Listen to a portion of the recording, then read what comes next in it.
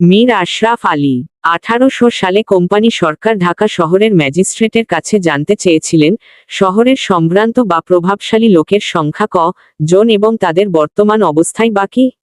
উত্তরে magistrate Melville শহরের 30 জন প্রভাবশালী সম্ভ্রান্ত ধনী ব্যক্তির নাম পাঠিয়েছিলেন। এদের মধ্যে একজন ছিলেন মীর আশরাফ আলী।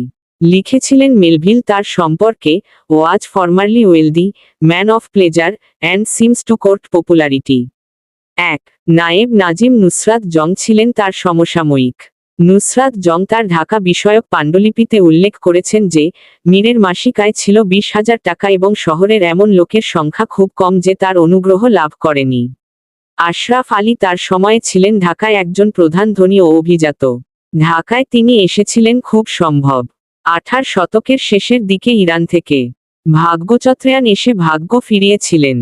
বর্তমানে ব্রাহ্মণবাড়িয়া মোশার বোলদাখাল এবং বৃহত্তর কুমিল্লা জেলার আরও আমের পরগনার জমিদার আগা সাদেক প্রথম জ্যৈষ্ঠ পুত্র মির্জা ইব্রাহিম বেগের জ্যৈষ্ঠকা আজিজন্নেসাকে বিয়ে করে তিনি প্রথমে বোলদাখাল পরগন ও কুড়িখাই মহলের 1/3 জমিদারির মালিক হন।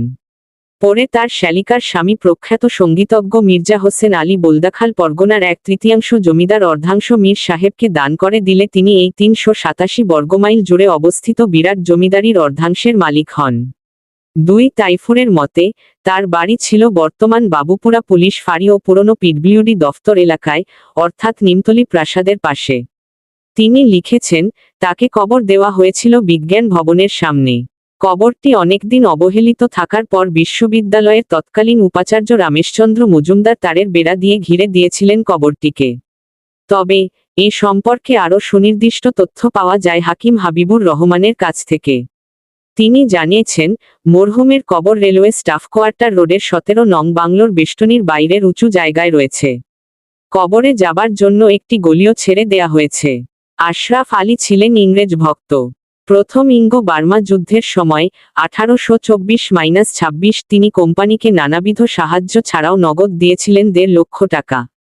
কোম্পানি যুদ্ধ শেষে সে অর্থ ফেরত দিতে চেয়েছিল, মীর তা নেননি। কোম্পানি তাকে তখন ভূষিত করতে চেয়েছিলেন খেতাবে, কিন্তু তাও তিনি প্রত্যাখ্যান করেছিলেন। দেয়া হয়ে আশরাফ আলী ছিলেন ইংরেজ ভক্ত।